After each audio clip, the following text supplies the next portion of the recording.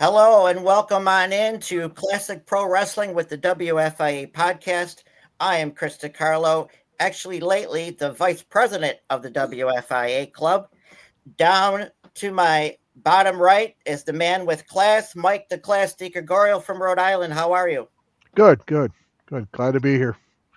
To my far left is our producer and friend, the playa, Mr. Benny Scala. Always glad to be here with you guys. Uh, Down in the corner behind Benny is our Canadian friend, historian, not just Canada, but all the territories, Mr. Westmaidman. Thanks for having me on again, Chris, and great to see Mike and Benny as usual. And our special guest this week to highlight Maple Leaf Pro Wrestling from before and promote the new promotion is our friend, also from Canada, Mr. Jamie Greer. Hello there. This is also my first time getting to talk to Wes live and in person. Awesome. Yes, Jamie, it's going to be great to have a chit chat with you this afternoon. Absolutely. Awesome. Of course, we love this is what it's all about is classic pro wrestling. And if I have to do a little WFIA business here, if you could go to the WFIA.org, there, Wes has got some cool stuff, history of the WFIA there. The WFIA.org, O-R-G, and membership dues are $50 for the whole year. You get 2 classic magazines during the year, a classic photo of a wrestler, and we hope to have an in-person convention next year around St. Louis, Missouri, in cahoots with our friend Mr. Herb Simmons and his promotion, SICW. So I would appreciate that. And of course, like and subscribe here. Our show is on Monty and the Pharaoh YouTube channel each and every Saturday night. So guys, Maple Leaf Pro Wrestling, briefly, I'm in Niagara Falls, New York, still am. I remember watching from 1980. I was 5 years old. Right across 20 minutes that way is Buffalo, New York. 5 minutes is the bridge. 3 bridges to Canada, into Niagara Falls, Canada, and then an hour and a half to Toronto. And CHCH Channel 11, of course, back in the day. Mike the Class, how far do you go back with Maple Leaf Wrestling? Is it just WWF or before 84? Around mid 85, I would say. Okay, so 85. Frank Tunney, during yep. when the Tunneys had it there for a little while. Frank Tunney, Jack Tunney, yes indeed. Tunney, well, Benny, if we will please roll our clips so we can enjoy them. Before you do, my disclaimer, these clips, videos are for my own personal library. I do not sell them. I do not rent them. I don't do anything with them. They're for my personal collection. I clip them for the enjoyment of our show and to discuss here. So if you would please, let's roll. Rolling.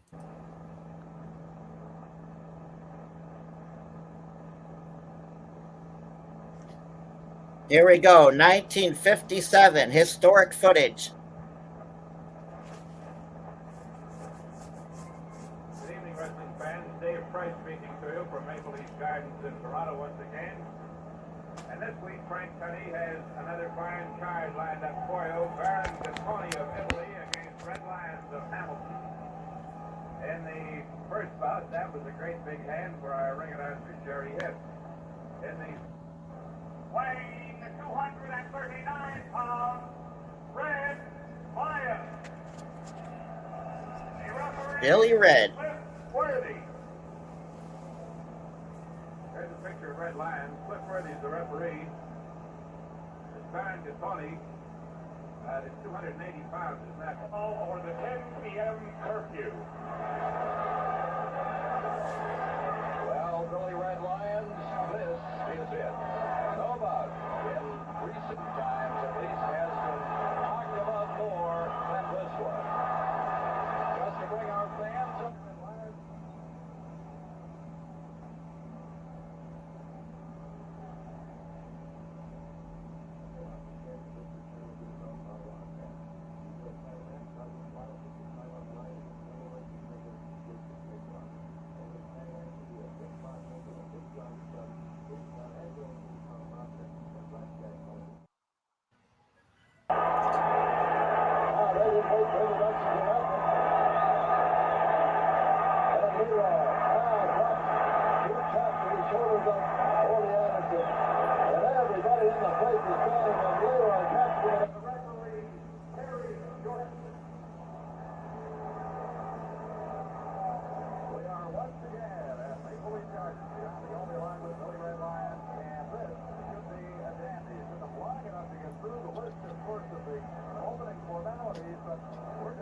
Nick DiCarlo was running through his head. You know, you find it awful hard to try and concentrate on a match when you have two lumpies in the opposite corner like that.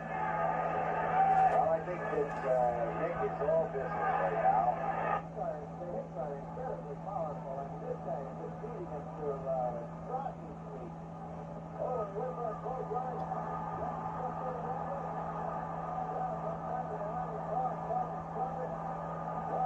He moves in, takes a hold of the mat, pulls him up, goes around by North Timber, drives the assassin into the timekeeper's table.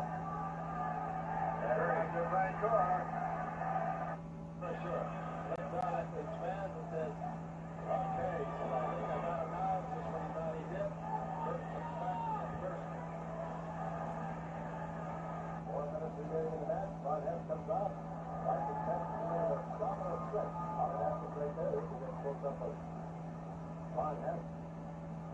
Now, how much pump? These are a couple of brothers, big pride among the New Brunswick. That's seen the way they're wrestling. Well, they got a good ruse going, you know. Just a minute that Tommy Onions are working without the tag. And we got one more. Every sport, wrestling included, they talk about the whole life, whole field advantage, and it's very much alive, very real in wrestling as well. And that's one big advantage that Tony Clarice from Los Angeles Capital and Niagara Falls has going for him right now. Well, this is a first favorite around here in those California. So I would say that, well, Billy, I think there's one thing we can safely say. Frank Tony has done his homework here. There's an awful lot of talent in this swing. Or certainly do this afternoon.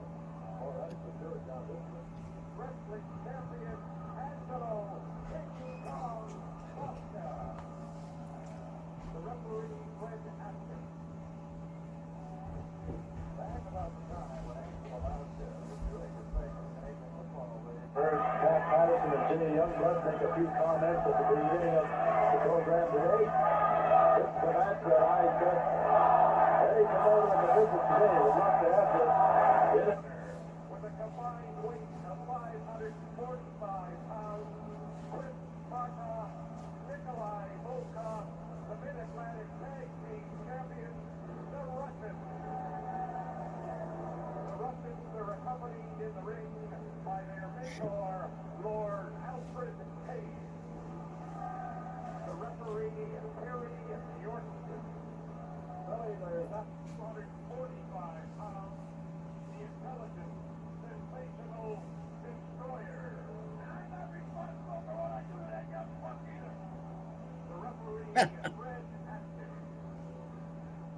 On behalf of the Marcus Brothers team, I think we're going to see a little just checking each other out here. Wow. Great Wow. stuff. That was great. Yeah, good Great. stuff. I mean, right. We went back in time all the way from 57 until 1984 under the NWA banner of Yeah. Maple Leaf Wrestling. Yep. And a lot of people have asked me, Jamie, Wes knows, am I related to Nick DiCarlo? I said, no, I wish, because he would have had some good footage for me. Yeah, good Hamilton boy. Yes, I saw that clip. I was going to mention that, Chris. Yeah, I You still get it. squeezed him in there about 3 or 4 times. Yeah. Yeah. And well, Benny, what do you think of all that classic footage, huh? Oh, I go way back. So I want to tell my one story with Maple Leaf Wrestling was with Bruno Sammartino when he started out in, I guess, 61. He was blackballed by Vince McMahon Sr. because he was double booked, and he, of course, he no-showed for the one booking he didn't know about. I think he went to Chicago, and he was also booked. McMahon double booked him, and he didn't know about the Baltimore one, so he missed Baltimore. And Vince McMahon sent letters to every promoter in the United States, telling them that Bruno was suspended. He showed up in Detroit, got suspended. He said, we can't help you. San Francisco, etc. The one guy that would take a chance on him was Frank Tunney in Toronto. Bruno goes to Toronto, gets over huge in Toronto. In the meantime, Buddy Rogers isn't doing really that well in New York. Eventually, Vince McMahon says, what is it going to take to get you back down here? And he offered a certain sum of money. And Bruno said, No, I want Buddy Rogers at the Garden for the title. So, I mean, bottom line, if it was not for, and Bruno, out of gratitude, even after he won the championship, he wrestled there, I think, twice a month for Yeah, years. he was there up until the late mid to Right. late 70s. Just as you know, out of an obligation of Frank Tunney, because, I mean, if there's no Frank Tunney, there's no Bruno Sammartino. So I am forever indebted to Frank Tunney. Wow. And Bruno really really took it upon himself to make sure that he was going to succeed in Toronto as well. And he did a lot of groundwork before he arrived.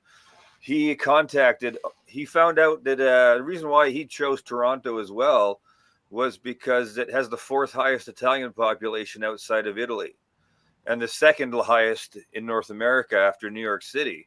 So if he can't wrestle in New York City, he may as well go to the next highest Italian population.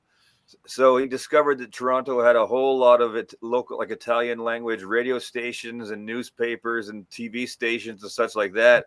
So he contacted them all for months ahead of time, gave him his story, you know, the story we all know about him coming from Italy in the war and everything else, and really got his story out in the Italian community, so that by the time he debuted, he already had a good 3,000-4,000 fans that knew who he was and were rooting for him. And it really showed Vince that, you know what, if I tapped into the ethnic market in New York City with Bruno, I've got a superstar. If he can do this in Toronto, there's no reason why he can't do it in New York City. And the rest, as you said, is history. It's history, yeah. Wow. It all started there. Yeah. Wow.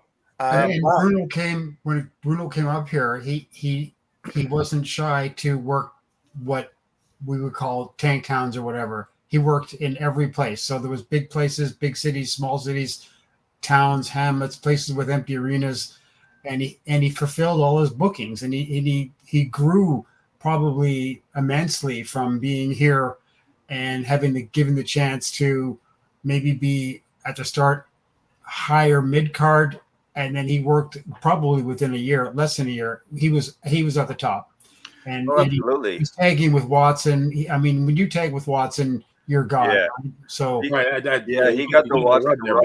He got the Watson rub right away, and once he clicked. By the end of that, he came up there in '62, and by the end of '62, he was fighting Johnny Valentine and won the U.S. title in Toronto. So they pushed him hard, and I think they were kind of hoping that Bruno was going to be was going to take the torch from Watson. Sorry, from Whipper Watson. But within a year, Vince came calling back saying, "All right, I'll take you back. I'll make you champ." And then, sure enough, not a month before Bruno left, we saw what happened in Toronto when Luthez came in and beat Rogers for the belt. Yeah. And that's what caused the WWF. So again, Toronto playing a part in the whole story of allowing the sort of a screw job of Buddy Rogers to go down, and it ended up setting up Bruno to become the champ he was. So wow. Big Toronto connection there in that whole kerfuffle. Oh, yeah. Can I ask you guys, do you know, did he wrestle the Sheik in the Gardens or anywhere? Did he wrestle the original Sheik? He would have, well, he might have. He very well might have in his second run. Not in the first run, he wouldn't have, because he was gone by '63 and the Sheik didn't arrive until '64. So he had kind of gone off and was doing a bit more of his commitments. And I'm not sure. He very well could have, though. But I mean, I think there's only one match in Toronto where during his WWF run that he faced the Sheik. I'm pretty sure it was one, because he'd already been bitten by the Sheik in Detroit. Yeah, and he didn't kayfabe blah blah blah whatever. He didn't like the Sheik, and he in his book he said he legitimately did not like to wrestle the Sheik because he really wasn't a wrestler. Yeah. I mean, he was not even a brawler. I mean, the guy, used fire, and he thought he was a novelty. He didn't really think he was a legit wrestler. Completely gimmick laden. Yeah, camp that he just still a box office draw. Right, of course, yeah, and that he was for sure. Absolutely. Wow. There weren't many bigger than him for a while there. Wow. And of course, we've seen one of Canada's greatest heroes, the Canadian heavyweight champion, Angelo King Kong Mosca, one of my Absolutely. favorites. One of my favorites, heel or face, in all the territories. He was in WWF, Florida, Georgia, AWA, Yeah. and of course, Maple Leaf Gardens. We've seen him there on Maple Leaf Wrestling TV against Big Sweet Hansen in that match. Yeah. Yeah. Yeah. So Mosca was pretty cool, being a big enough star that at the same time being the huge baby face in Toronto area, he could be a heel elsewhere, which was amazing. And someone posted on one of my groups the other day talking about how the Snuka Stevens feud in the WWF, and how just a few months before they had been tag team champions in Georgia and Mid Atlantic, and the person was saying, trying to relate that, well, people watch TV, but a lot of people from the WWF area, Northeast United States, they didn't watch Georgia, they didn't care, they didn't, and or have it.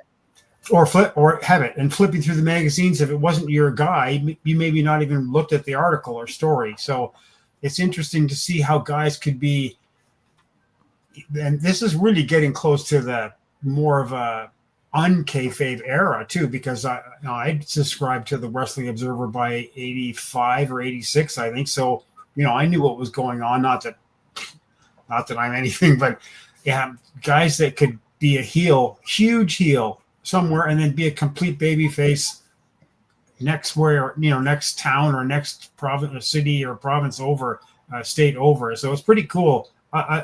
And Mosca was great. Mosca was a lot of, like Bruno, a lot of emotion and a lot of not much in the ring, but tons of emotion on the interviews and tons of emotion in the ring. He was believable, very believable. Yeah.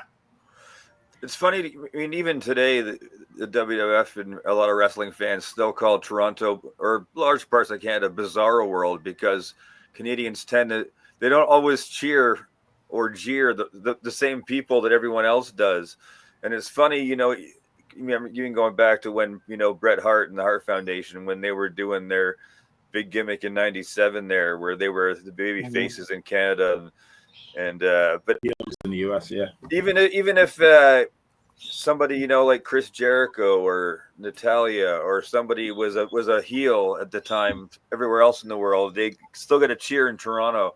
But even back with Mosca, like you said, even Ric Flair to a degree was cheered almost more than he was jeered when he was the number one bad guy. Yeah. And he was getting cheered in Toronto. So it was Toronto's always been one of those places that, as long as you fight the good fight, or fight at least a good fight, they'll give you some respect, and they won't necessarily boo you.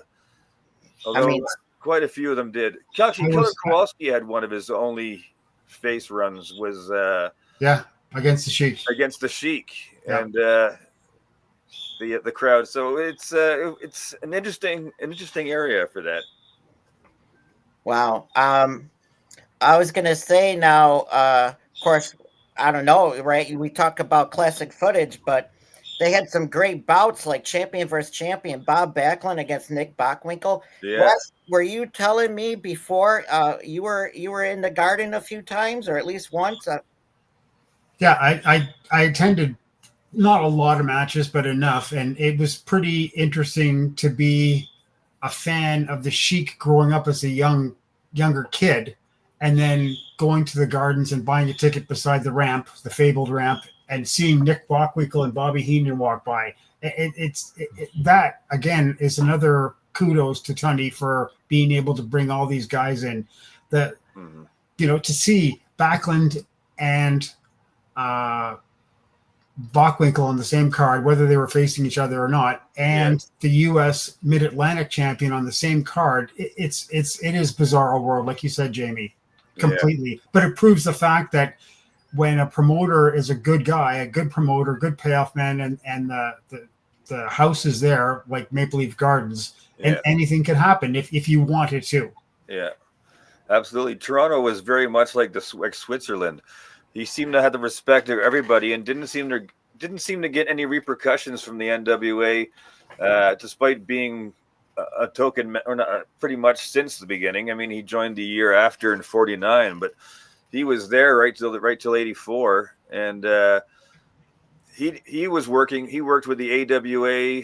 There was the odd WWA guy would come in. There was WWF guys coming in, NWA, All Japan, New Japan. It seemed that he had that respect, that he was given a bit more leeway than a lot of territories were given, and everybody wanted to work Toronto. Like all the big stars worked Toronto. They all worked Maple Leaf Gardens, and Tunney had a way, and like Wes was saying, he got them working the smaller circuits too. They were they're working Hamilton, Niagara Falls, Oshawa, Peterborough, doing these smaller towns, and suddenly you're seeing guys that you didn't think you'd ever see.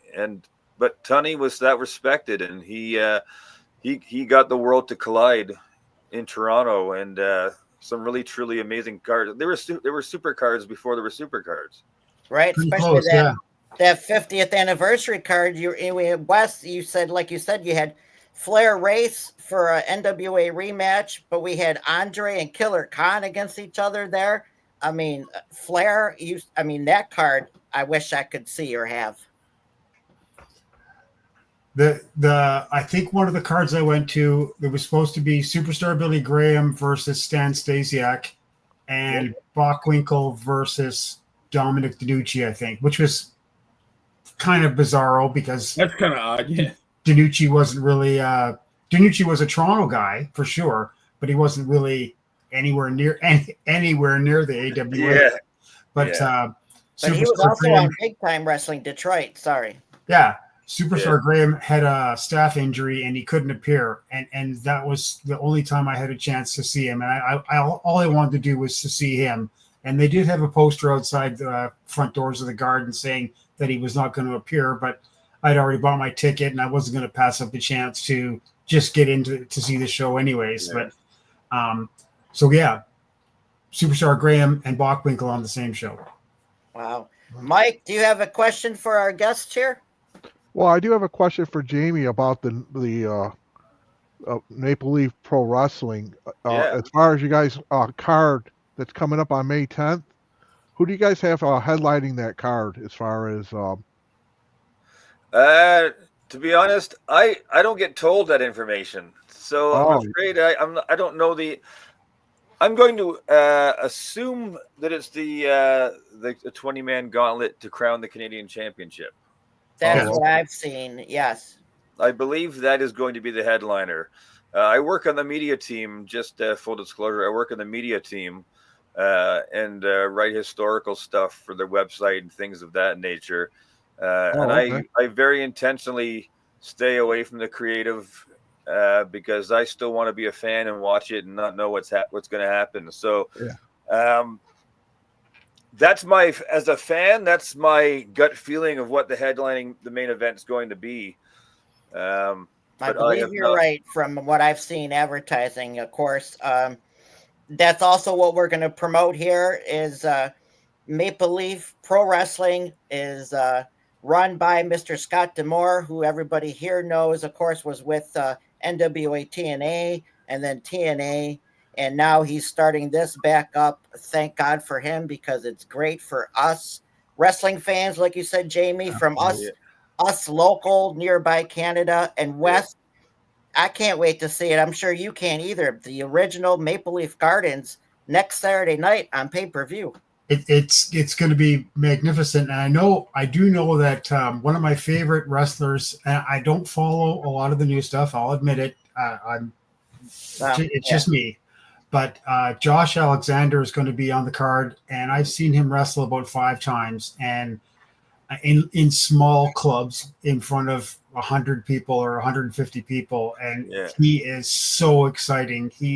I know he's gone on to bigger and better things from when I had seen him, but he is so exciting, and he's a suplex machine.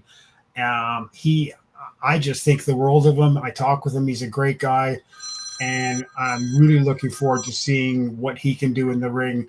I know there's a women's match too. I'm not overly fussy on the girls, but the girls aren't what I would consider the girls from my era of watching TV. Benny, you probably know what was going on at the Madison Square Gardens when they finally let the girls in, and Moolah was running that. It was wrestling, and they were girls, but Yeah. they weren't. Not until I think 72 was the first time it was Moolah versus Vicky Williams, I believe. Yeah. And Vicky could go, but Moolah couldn't. But right. Yeah. Well, and not to chime in there, too. There's an MSG card that they had a policy on masked wrestlers. Yeah. So I think El Olympico had a white mask, but had a face. His face was through the. You could see. So that was odd to see that on a card too, but that was because it was MSG whatever WWF. Yeah, they had a house rule. Yeah. I'm pretty sure. They also wouldn't let you in the garden unless you were 14 and over, and they enforced that very strictly. No kids. Wow, and of course, all the main events. Even remember the golden voice of Norm Kimber until the curfew. Yeah. Same thing, that was at the Garden, that was at Maple Leaf Gardens, that was, what a golden voice, right? Norm Kimber. Yeah. Yes, we saw a clip there. The early clip was Jerry Hiff, and he was the announcer in Toronto Maple Leaf Gardens before Kimber. And it's funny because I'm approaching an age where I didn't see him. He probably finished late 60s, and it's funny now that those kind of people are completely forgotten. It would be like the announcer at MSG, Howard Finkel, before Howard Finkel, and before whoever's before him, and before whoever's before him. So these people that held our eyes and our ears till the end. Some of these guys are long forgotten, and announcers are just as big a part of the show as anyone else. Absolutely. Of course. Well, Wes, we were talking off camera that I was talking to Jamie about it. Now, there was 2 co-hosts over the years with Billy Red Lyons. I couldn't remember I remember the first guy's voice, of course, but I don't remember his name. And then the second guy was Mike something. Mike McMahon. Mike McMahon. That's it. Okay. So that was the Jason something. He was a radio announcer from Hamilton. But they played the part too good with Billy Red on everything. Before we had Lord Athol Leighton, who was the cream of the crop of announcers. And Jamie, you would have seen him in Windsor when you were growing up. Well, you weren't from Windsor when you were growing up. No, you're not from that old. Falls. But but he was Detroit's as well. Yeah, the Sheik kind of used him as well as the Toronto. So he was the guy. Now there's a card. It falls under my Detroit classic footage, but it was called Canadian Big Time Wrestling, and it was from I forget where in Canada, but Leighton hosted it. Yeah. And he was there in the arena, and it was where they had the Angelo Poffo, Lanny Poffo were tag team champions. Billy Red against Billy Red and Mike Doyle, Irish Mike Doyle. There was a Stasiak match. There was the Sheik, Tiger Jeep Singh cage match. Yep. So it's cool to have that classic footage, that classic TV show from back then. That's the McKigney show, isn't it? That's the Wild Man's show. He tried to do a TV show, and they taped that in London, Ontario. Ontario, that's right. Okay. Classified it Canadian Big Time Wrestling because Dave McKigney was tied to the Sheik to a certain aspect out of Detroit with his Big Time. I've asked Terry Sullivan, I've asked Dave Brzezinski, I've asked lots of people why it didn't succeed.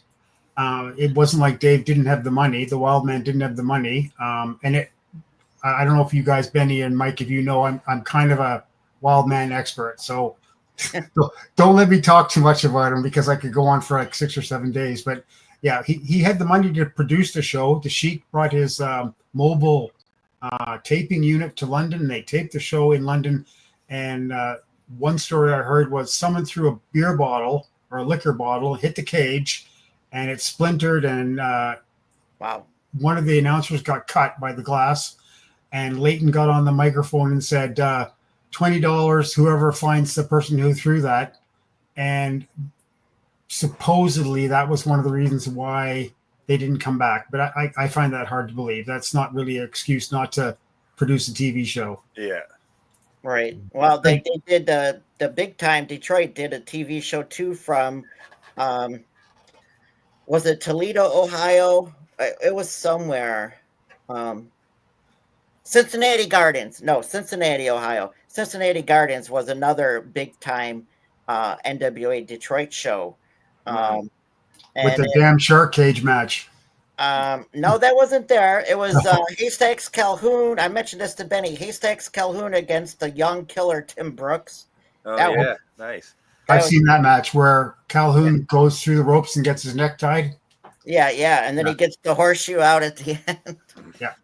Yeah, I mean, Benny has a great show, guys. Wednesday night live on Montina Farrow YouTube channel with famed author, great man, Nikita Brezhnikov. Right, Benny? When It Was Real. I just got that book. I can't wait to get into it. It takes you back in time, especially somebody like me who grew up in New York.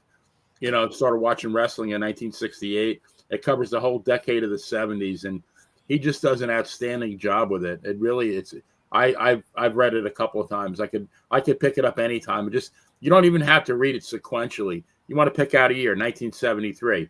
You just go to 1973, read that chapter. But just an amazing book.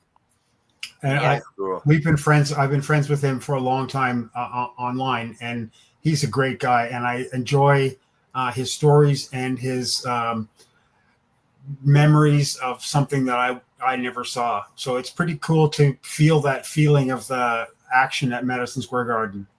Well, we can't wait to have our classic show in 2 weeks. Right, Wes? You're going to be a part of it with Nikita. That's going to be good. Really good. And our other friend, historian from Minnesota, not just the AWA, but all the territories, right, Mr. George Shire. So, if you don't mind, Jamie, can I ask you a question, sir? Absolutely. Jamie, I know that you've written a book, and it looks like the telephone book. Yes, let's promote that. Professional Wrestling History in Windsor, Ontario, right? Yes.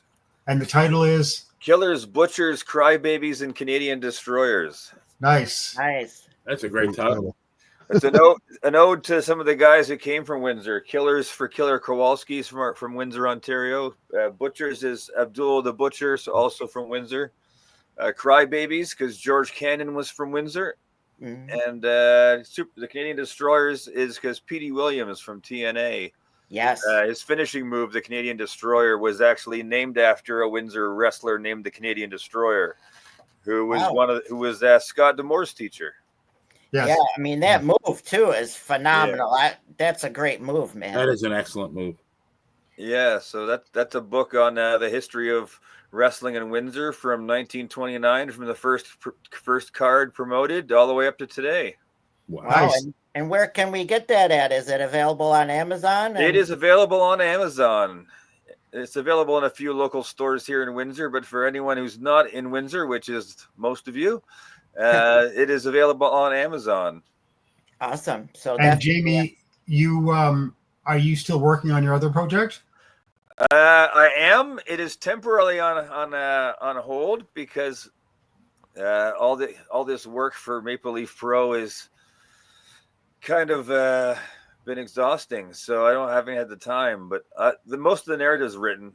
What he's talking about is I'm working on a follow-up called the Next All-Star Event, and it's the history of Maple Leaf Wrestling from 1926, 27, when it started off with the Queensbury Athletic Club, when it was started off as a boxing club, and then they added wrestling in 1929, 1930. And then they became Maple Leaf Wrestling. So it's the full history of that, as well as looking at the comeback with Maple Leaf Pro. So it's covering over 100 years of history in Toronto with Frank Tunney and his entire territory, as well as looking at the satellite places that he worked. I've got most of the narrative written. I was supposed to start doing the interviews earlier this year with a lot of the legends, but unfortunately, I shouldn't say that because business picked up for Maple Leaf Pro, and I've been doing a lot of work for them, and it is taking up more time than the book would let me. So the book is on hold, but it's that's the next project. Awesome. Good. I'm really looking forward to, like I said, I got a box just like 15 minutes before we went on air tonight from Prime, and my wife wouldn't let me look in the box because she shook it and she's, oh, I think there's something in here for you. So it's a birthday present. So I'm looking Nice. forward to that. I helped Jamie a little bit with the book, and it was fascinating for when we were chit-chatting back and forth online about different things that transpired, especially with the wild man Dave McKegney not taking over, but being a major part in Windsor. He was pretty much the sole booker in Windsor for the 1970s. Yeah. So he was a huge part of our history. And one of the parts that I find fascinating, especially about the Windsor wrestling with him, was that he was bringing the WWA guys over from Bruiser's promotion to Ontario, and I mean, Heenan, Mulligan, the Valiants, Bobby Red Cloud, the whole gang, all the guys came over to Ontario to get an extra payday, and it was pretty cool. Bob Ellis. Yep, Ellis, Art Thomas, lots of older names now, but classic names though. Certainly. Yeah, that territory too, the classic footage there. Well, we're going to have a show coming up, everybody, talking about classic footage. We're going to talk about all the classic footage that the WWE does not own with our friend Daniel from the Savoldi's Wrestling Library, Ultimate Classic Wrestling channel that's available on Roku, Amazon. And Mr. Terry Sullivan, who you mentioned, Wes, we're going to talk about the Detroit, everything that the Savoldis and our friends Adam and Rock Parsons from Wrestling Legends Network streaming channel have that the WWE does not have. In fact, I'm looking forward to, and probably you guys are too, some early Amarillo territory footage coming there. Don't see too much Amarillo. That would be awesome. Oh, yeah. Yeah, definitely can't wait for that. Well, guys, right now, what we want to do is, Benny, if you could put up the ECMC still pick for me, please. This is locally Erie County Medical Center, which is in near Buffalo, New York, to help our friend Mrs. Robin Restino. She is in need of a kidney. The blood types eligible there are A negative, A plus, and O is 716-898-6283. If anybody's out there across this great country and could help her with a kidney, we would definitely greatly appreciate it. And we want to see her live a long life. And second, why don't we go to our independent wrestler of the week, Mike and Benny. We have a still pick and we have some footage. I don't think we have the footage. We have a still pick. Okay. Well, I did a footage. It was 1 minute of action with our independent wrestler of the week. Go ahead, Mike. Oh, this week's indie wrestler of the week is PJ Savage. And sorry, but hold on a second. I have the promotion they're from. And Titan, I believe. Hold on. Titan Pro Wrestling? Titan Championship Wrestling. I'm sorry about that. Yeah, and he's a current champion there at Titan Pro Wrestling. Titan Championship Wrestling. I'm sorry about that. That's okay. I seen him. This is our indie wrestler of the week is PJ Savage. Very good. I seen where's he based out of? What area? What area, Mike? I want to say they're out of, I believe they're Pennsylvania. Okay. Nice. Okay. So that's our highlight of our indie wrestler of the week. Also, Mike and Benny, go ahead with our military salute of the week. Salute to service. Okay, sorry. Today's salute to service this week is to the Road Dogg, Jesse James, U.S. Marine Corps. He actually joined during a stint that he was in when he was actually wrestling. He went into the Marines for about 3 years, and then right after that went right back into wrestling. So he did that in between. Wow. 3 years. Yeah. I didn't even know, to be honest with you. I just kind of found this one. So Look how young he is there. Wow. Wow. yeah, That's doesn't even news look like to me too. Wow, very good. Well, yeah, we definitely highlight our salute to service, military salute each and every week here of either a wrestler or their family that served, and we greatly appreciate all that. Also, Benny, if we can put up my PSA of the week, is St. Jude's Children Research Hospital. Of course, in America, I don't know about Canada, but we see their commercials all the time, and they're in Minneapolis, Minnesota, for many, many years, taking care of sick children with cancer and helping the parents out while the kids are being taken care of. So, just a great organization to donate to and to keep in your minds.